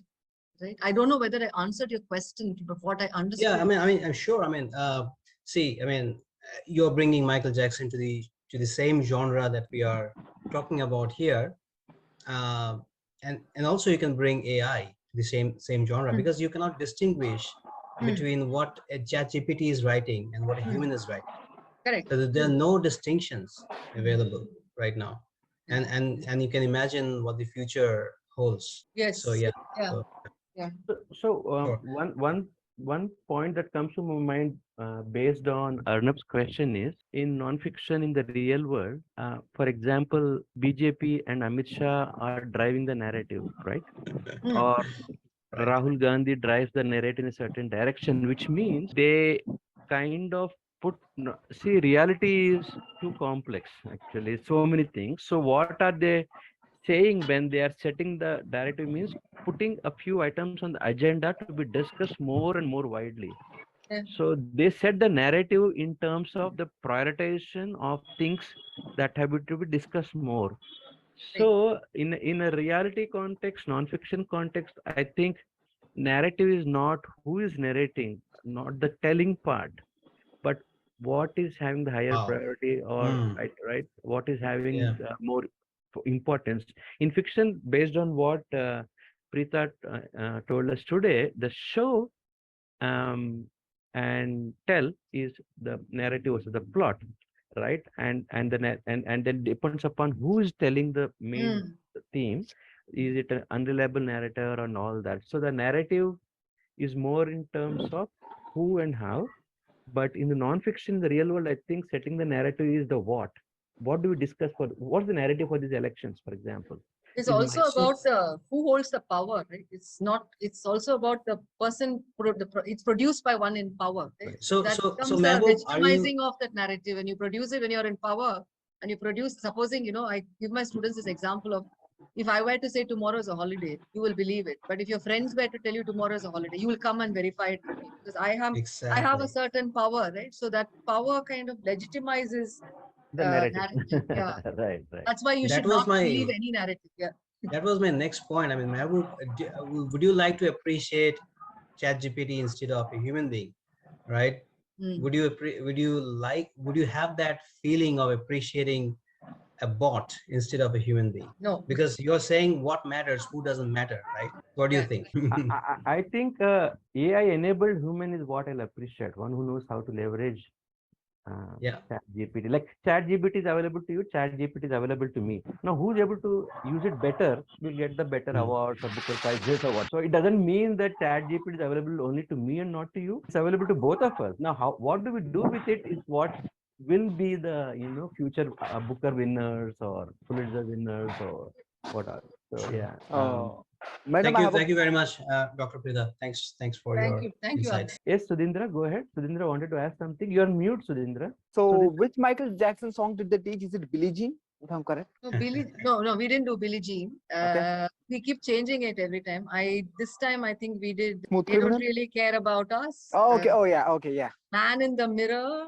Oh, yes. Bad album. Yes. I get Yeah, and then some of his bad ones also. Okay. Beat It as well to show Okay, how from we the changed Thriller. that gangster mentality and things like that. Yes. So I Yes. keep Yes. changing it. Yeah. Do you have any resources to refer me? I just want to explore it. No resources. Okay. Yeah. Oh, that's fine. Okay. Or not. Okay. Soumya has raised her hand. Go ahead, Soumya. Yeah. Hi, ma'am. Hi, sir. Hi, Soumya. And Yeah. ma'am, so the last few weeks, I'm breaking my head. I'm working on some stories, and the general feedback I get is, please try to show and try not to tell. And I was working very hard on how to do it. Then I met one Malayali writer, English writer from Malayali Kerala background, who told me there is nothing wrong with telling. That is also another way of expressing yourself. So, as a writer, I'm always in that conflict because in some places I'm forced to tell, and only in some places I'm able to show. So, what is your recommendation for this problem, ma'am? Because it's a very complex thing I've heard for the last 10 years. Please show, please don't tell. Until last month, 2 weeks back, I heard what is wrong with telling. So I'm in the complex thing, ma'am. Can you please clarify? As usual, your doubt is quite complicated, Soumya. Thank you, ma'am. I hope I will. Why don't you try changing the narrative voice? Maybe bring in 2-3 narrators. Try changing the narrative voice and see what happens. Okay, and then a continuity question for that, ma'am, is that when I'm writing a bigger plot, like I'm writing a bigger story, a larger story, as a writer, one of the biggest challenges that I face is that without my knowledge, without my conscious thinking, some minor characters pop into the story. And when the minor characters pop into the story, all the minor characters have a similar voice. I was told to give them a distinct voice, and I don't know from where these characters come, ma'am. So the plot, the event, the chronology gets twisted in my mind. So I have some editing challenges. Can you give me some feedback on this also, ma'am? It's a very big question. Maybe make a list of your characters, make a chart of your plot. See whether you need so many characters. Eliminate who you don't want. Keep them aside. When you're writing about a character, put down some physical description. Think what you want them to say, how they behave, and things like that. So maybe that should help you. Keep a plan rather than just writing it. Okay, thank you. Somebody. Thank you, ma'am. Thank you, ma'am. Oh, thank you so much. Okay, who wants to? I have a question. Yes, Ravi. Over to you. So the first slide. Can someone share your screen, please? You want to see the Yes. first slide, is it? Okay. Give me a minute. First slide is this. Yes. The image, was it intentional or is it just the template? No, it is one of the, I can't do any, all these things, I told you, you saw my technological difficulties. But this It was is one of the something. slide which looked nice to me, so I just picked it up. And it had worked well in another presentation. So, yeah, that's why. There's nothing intentional. Though now, when you think about it, you can make one the plot, the other the narrative. Three perspectives. If you see if you want to work on it. Yeah, it's not mine. It is again AI generated, shall we say. It was there in the system, so I just used it. Did you have any question, Ravi? Apart from that? Yes. So was it intentional or not? Was the question. No. I just liked it. Yeah, that's all. There is nothing. And it worked well for me when I was doing another presentation. So I said, let me use the same thing. I didn't want to experiment with too many layouts and things like that. It answers Soumya's question as well. So there are a lot of small characters that are popping up. Yeah, that's why smaller steps. Like there are spikes. Yeah. Inclination and step by step. No chronology, some goes chronologically. multiple narrators, one narrator, linear plot, crooked plot. You can, yeah, you can interpret it like that. Though that was not my intention, but you can interpret it certainly. Okay. Any other comments, queries, feedback? Arun sir, Murli sir. I would please, like to have that PowerPoint presentation. If it is in the form of document or notes, What did you say, Ravi? I would like to have that presentation. If you can email I will me share it. or- I will share it in the group. Yeah. Okay. Right, right. Hello, Murli sir. Long time no see. How are you? How are you all? Nice seeing you. I liked her, her entire speech. I appreciated it very well, and I find some writers also that is very interesting, very eagerly and genuinely coming up with the questions and answers. I think did anybody notice that she touched almost deconstruction in the last stage of her speech? That is when she was talking about Archanara. So that deconstruction also takes place because we can do it ourselves after writing something like that, some work, because we are comfortable with our backdrop and we go ahead writing. And I come up with my outlook towards life. My life is very comfortable. I belong to a particular community. I had some economic security and I got some outlook. So this automatic, in spite of myself, it gets expressed in my work. So deconstruction by the author herself might be required. So I appreciated her in-depth analysis. It's really very good. But only one minor correction I think I must put forth. I think others can also comment whether I am right. See, actually, the Grahastha, like Brahmacharya, Grahastha, Vanaprastha, and Sannyasa, these are ashrams. Yeah, right. That's correct. But Varnashrama is different. Varnashrama is specifically our caste hierarchy, which has got everything to do with our culture. Till Not now. Varnashra, I think Vanaprastha is what I said. Vanaprastha. The third one, I'm not talking about the Varnas. I was talking about the 4 ashramas, Brahmacharya, Grahastha, Okay. Vanaprastha, Sannyasa, not Varnashra. Okay, in that case, I stand corrected. I appreciate you. No, I think Rita said Varnashrama by mistake. Oh, okay. On the Maybe floor. by Right. mistake, I must have said Right, right. Vanaprastha. Yeah, No, so, And not she a- yeah, didn't say but good Vanap- you pointed out. Yeah, that was what I meant. Because he No, sort no, of since- goes into this retirement. No? So that's what I meant. Yeah, since it goes into record, and since you were not intending that, I think I have done some value addition. That's all. Okay, Very thank you. nice But listening to you. thank It you, was sir. very in depth. Thank you. Thank you. Thank you, Mehboob, for the opportunity. Yes, yes. Thanks, sir. Arun sir, you wanted to say something? No, Arun, just go ahead. thank you. It's pretty interesting work, but I just was wondering, any person who does, maybe that everybody's trusted into this, ashrams rather than they wanted to go on their own, right? So I was just wondering if R.K. Narayan, he's talking about from his whatever experience that he has gone through, right? I think when you were talking about Agatha Christie, I was just thinking that every story has only one plot, right?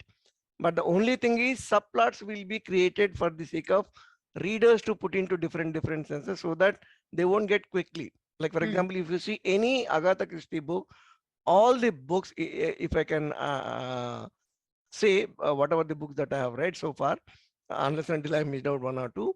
But what happens is in all the Agatha Christie's books, right from the first page, we know that there are multiple things happening. We know that we know this particular character, right? So at the same time, I was wondering, and another question is that even the narrator is a part of the story, right? So he's also a character in one sense, whether we understand it in different sense or not. But do we need to consider, we need to consider, in fact, the narrator also as a part of the story, right? So do we need to eliminate that narrator because we think, of course, most of the time we don't think narrator is a part of the story because He is narrating. So my point is that we need to consider multiple plots in one story, or one plot and then multiple plots we need to create for ourselves as a reader. I didn't get your question, sir. I didn't understand your question. Right. My point is every story will have only one plot, right? The subplots are created for the sake of a reader to get in, or put the reader not straight away into. Am I correct? Or Yeah, no. What I was trying to say was, see, we normally think a detective fiction has only one plot because it's a typical whodunit, right? right.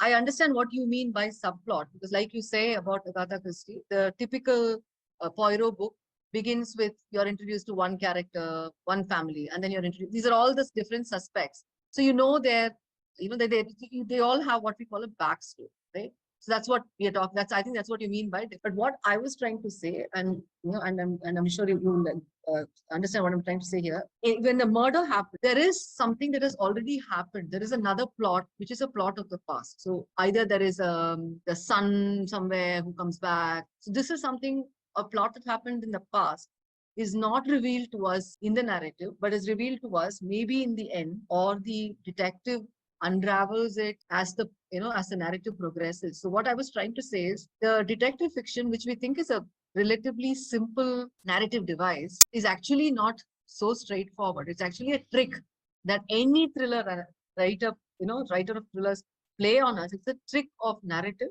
where they fuse 2-3 plots, and we don't realize there are 2-3 plots till the end, until you break it down like that. I mean, classic case is this plot, where, and why do we not suspect the narrator? Because this is not her first book, right? She has written quite a few others before she comes to Roger Ackroyd.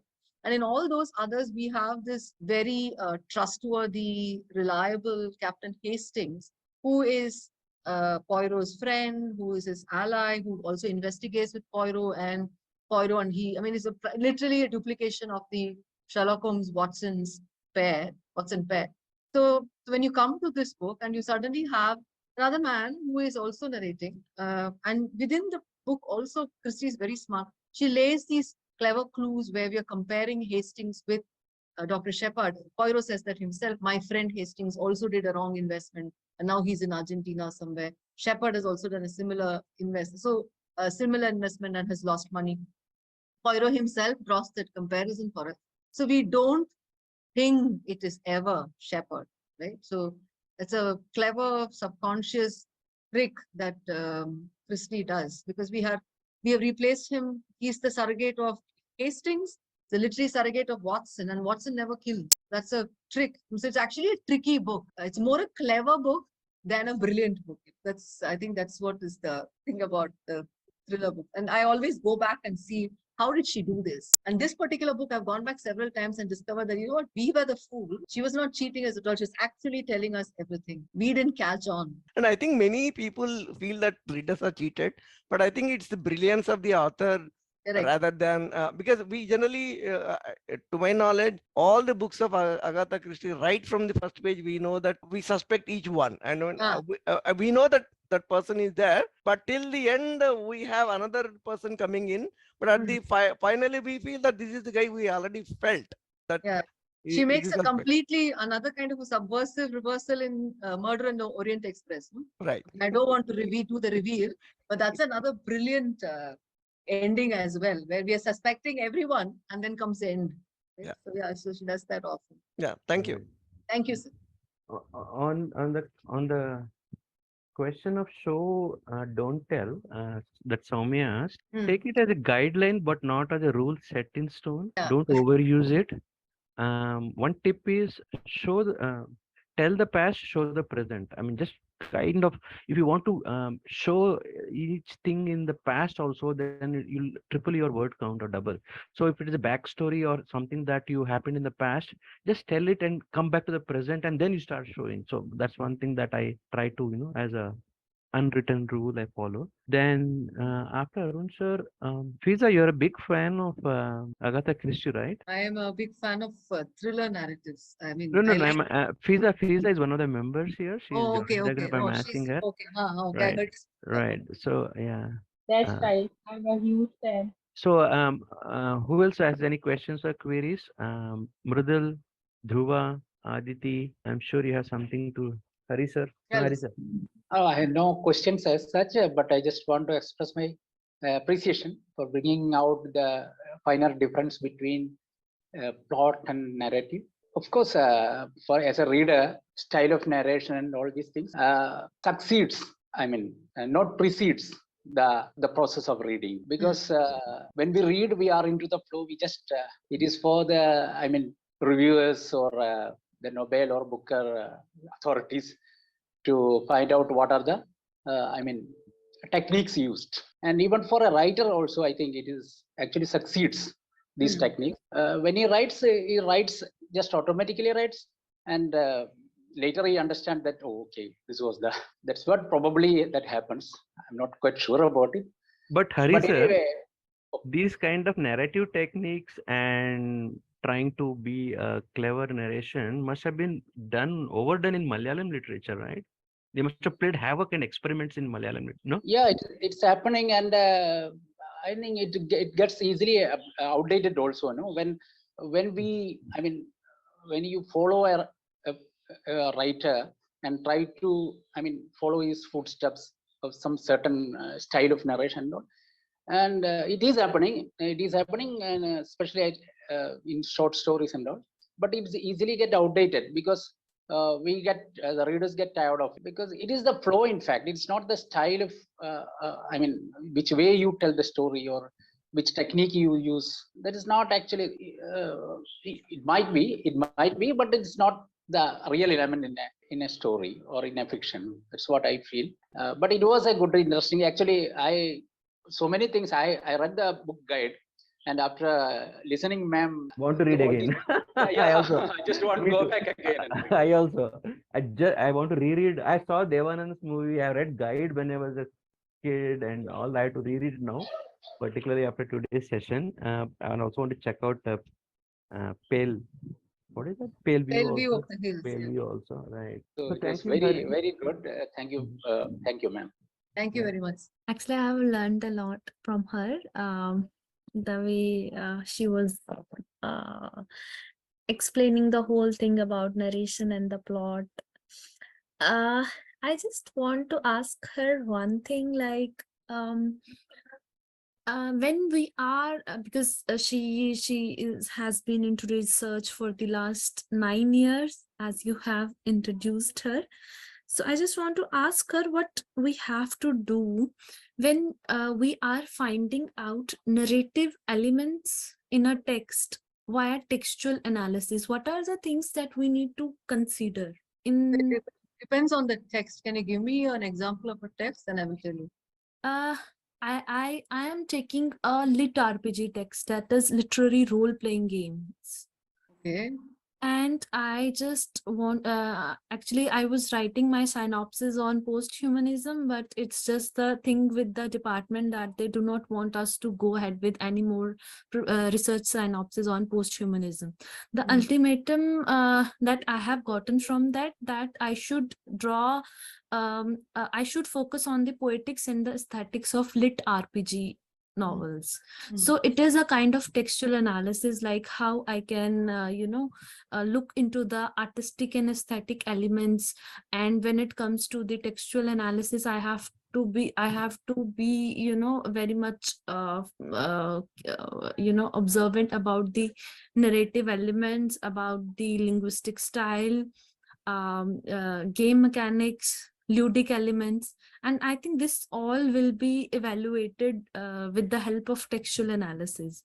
So what are the things that I need to take care when I'm going I'm going to write my synopsis and evaluate them on the basis of textual analysis? Yeah, I So think your textual analytical approach will not be the erstwhile textual analytical approach. This is probably has to be more digital humanities approach, because you will be looking at a lot more of software technology skill sets. So I think based on your research questions, from what you told me, your methodology will have to change. It can't be this literary narrative methodology, right? The textual analysis that we did for a literary text cannot be the same for this kind of a text, right? The whole platform is different. Like the things you gave me are themselves narrative devices, right? Aesthetics, who is it for, gaming. So maybe the old time of perspective, who's the focalizer, what kind of a narrative pattern is it following, something like that perhaps. But this is more, this is like you said, it's more like digital humanities, right? Since you're looking at this lit chart that you're talking about. So I think it has to be an interdisciplinary kind of a narrative approach. You can't do only a literary textual analysis. It has to be textual analysis, but it has to be more interdisciplinary approaches, what I would think. Like I didn't understand like how in terms of digital humanities, like when I talk about lit RPG, it's literary role playing games. It's a new genre in the science fiction where where a writer, author, it talks about the the whole journey of the protagonist who Okay. continuously shift from physical world to the world into the virtual world, and the main character, it it eventually grows and face like multiple realities, reality of the real world, physical world, which that character protagonist want to escape, and they enter into the virtual world. Okay, so see, first of all, I'm not familiar with this genre that you're talking about. So if it's Yes. science fiction, then maybe textual analysis, narrative devices of science fiction will probably work. This sounds It's a kind of similar with game literature, but when it comes to yeah, game literature, yeah, it's a bit like how we are narrating a story with while taking into account the literature part as well, because the whole focus is not only about on the game part. It's about like how the main character, the protagonist, or the other characters in the story, they continuously shuffle from the real world into the virtual world, and how the character that grows inside that virtual world. So it is about like with the help of game, how a character grows, how it eventually becomes confused about the realities, like it's a fiction. I think it's specifically for young adults who are too much Okay. into nowadays games. And Okay, so what is it also depends on your research questions, right? What is your hypothesis or your research question? my research, it's just a thing that I got to know about like 2-3 days back. As of now, it's just I need to know about, I need to focus on the aesthetic and the poetics of the lit RPG. I need to focus on the mechanics, game mechanics, like the ludic elements that involves in that genre. So Yeah, I so need to that's so focus you on. have already got your narrative tools there. That's your narrative tool. Yes. So is there anything that I need to focus on, like? That's exactly what you're talking about, no? Because otherwise, I don't see how narrative devices that happen in maybe you can talk about the blurring of the real world and the alternate world, right? And therefore you can look at it as a Actually, I was when I was when my main lens was post-humanisms, or it was technological singularity, because I have changed it like number of times, and now I have to focus it, because it was whenever I was evaluating those lens from the post-humanism lens, or the singularity, technological singularity theory. So they were like that it is and that time I was focusing on the blurring of lines between the physical and the virtual reality, like how the whole things have become vague. We are no more clear about our realities. So can we focus on, can I highlight these elements while while evaluating a text? Yes, but it is not becoming, it should not become preachy also. No? I mean, at some point of time you said how you're also saying that children are more involved in this. I mean, so a research doesn't get preachy, that it cannot be sermonizing. So you can use these and state that, you want to explore this and leave it at that, because you're yet to figure out your findings, right? You're just starting out. So you can say that you want to explore these things because of using these, this is your research hypothesis and these are the aspects that you're going to cover. So this will be your methodology. I think for your I initial should focus on the aesthetic and artistic part. I should not, deviate from my main research question.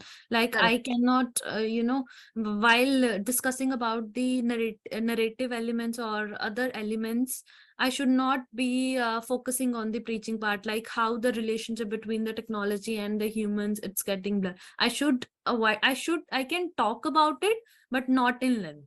Yeah, not initial. I mean, it's still a very initial synopsis, right? So I think keep it a little ambiguous, but have some clarity about your methodology and your research question. You don't need to elaborate your findings at all now. It's a initial synopsis, so you don't need to elaborate your findings. That can still grow from there. Okay. Thank you, ma'am. It was You're a welcome. insightful event today. Thank you. Insightful session. Thank you. Right. Dhruva and Mrudal, you guys are big into narration and how things are narrated. Do you have anything to ask or? Hi, everyone. Hi. Hi. Yeah, it was really a great session. Thank you. Generally, one doubt I have is what do generally people like? Like there are two kinds of stories. Like some are like plot driven, some are cat. So from audience point of view, what do they prefer? Do they prefer more like thrilling plot driven stories or more about characters or something? It depends on the reader, I think. No? I mean, see, for example, I read everything, but some people don't like thrillers at all.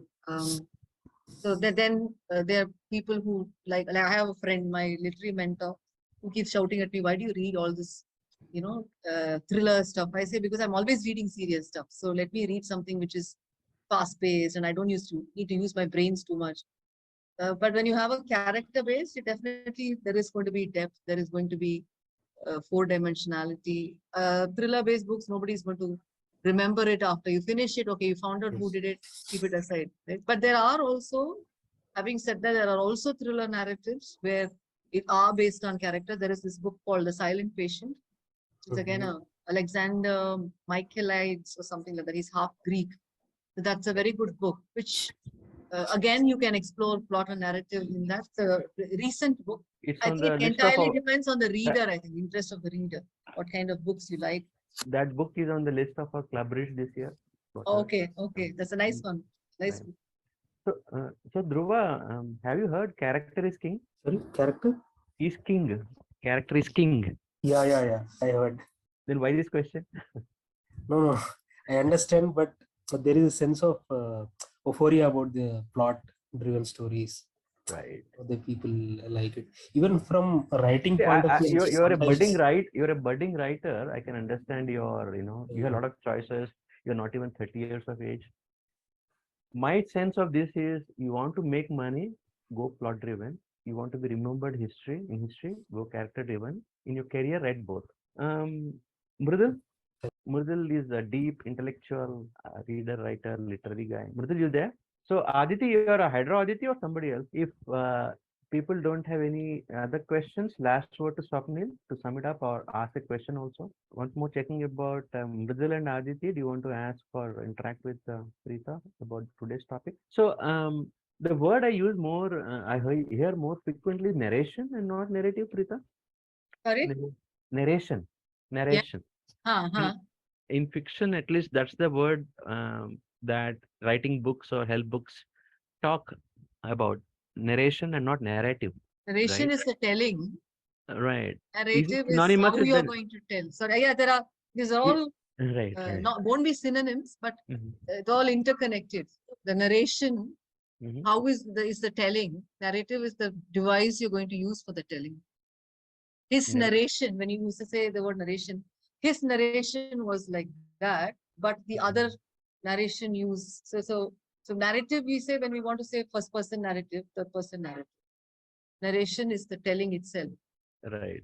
So Stephen King says narration is what moves the story from point A to point B to Z, where the story has to culminate. That's his definition of narration in on writing. I think what he means is progress. The story has to progress. Right. Not necessarily. See, like for example, when you take somebody like the book you said you had a lot of discussions about. Take for example something like Paul's French Lieutenant's Woman, right? The story is set in 1860. The plot is in 1860, but the narrative is 1960. Got it. I think I had to get a thing about this narrative because there is POV, there is perspective. Those are the more familiar terms in fiction writing books or fiction writing. They don't use the word narrative much in writing books. Writing they use Okay. narrative and POV/perspective. So, Yeah, but the technical word now is focalization. okay. Because because now there is also the distinction between who is telling and who is seeing. See, when you have a child, To Kill a Mockingbird uses a child's focalization, but the voice is the adult narrator because a child can't write that.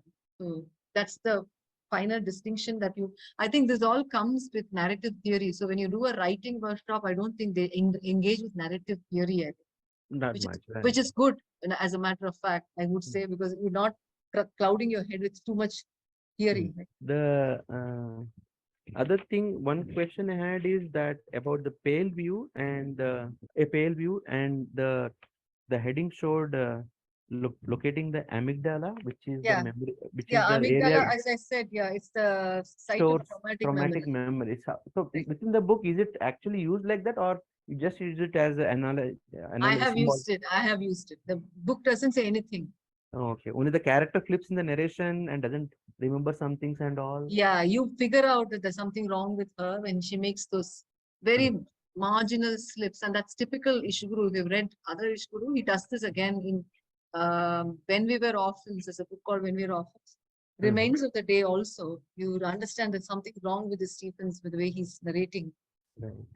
And you understand the slippages. So one point you said was who done it works like Greek tragedy, right? Yeah, I'm I not didn't sure. say I'm that. not. Yeah, Auden says that it worked because in a whodunit, the murderer is very confident that nobody is going to find him out, right? So he has that pride that he won't be discovered. So he thinks he has covered all his clues. So that's why Auden compares murder mystery to a Greek drama, because the Greek drama revolves around the protagonist, the hero's hubris, or so that's why Auden calls it that.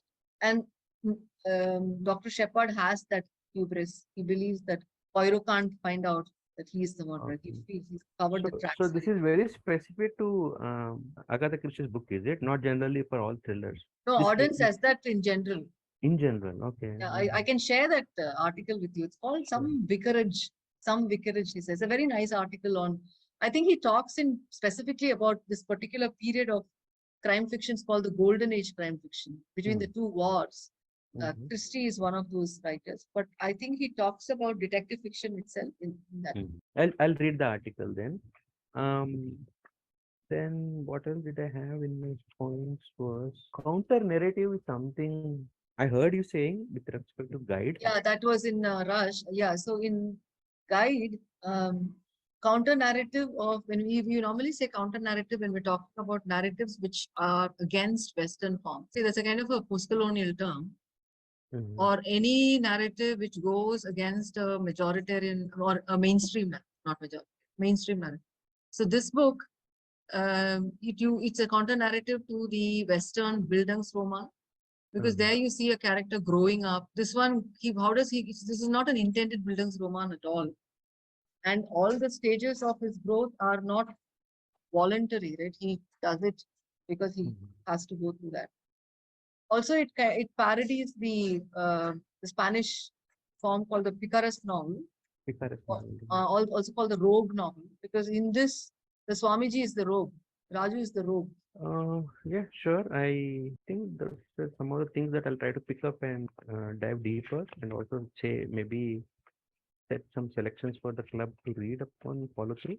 We can wrap it up here. Swapnil, are you still there? Swapnil or Mridul, you guys want to ask something or say something about the session? Galaxy and some names I've seen. Okay, if they wanted to ask their last. So shall we call it wrap from here? Okay. Thank you so much, Preeta, for this really wonderful session, and definitely learned quite a few things and things to pursue from this topic. And I think we can take a deeper dive into some of the things that you highlighted in terms of discussion or book selections for the future months. So once again, thanks a lot. And Thank you. bye for now, everybody. We close it here. Thank you, Have a thank you, good Mr. Mehboob. Thank you for having me. It was a very interesting evening as well. Yeah, very Bye. nice questions and engaged with a lot of people here. Thank you. You're welcome. And bye for now, guys. Enjoy the rest of the Sunday and have a great week ahead. Okay, thank you.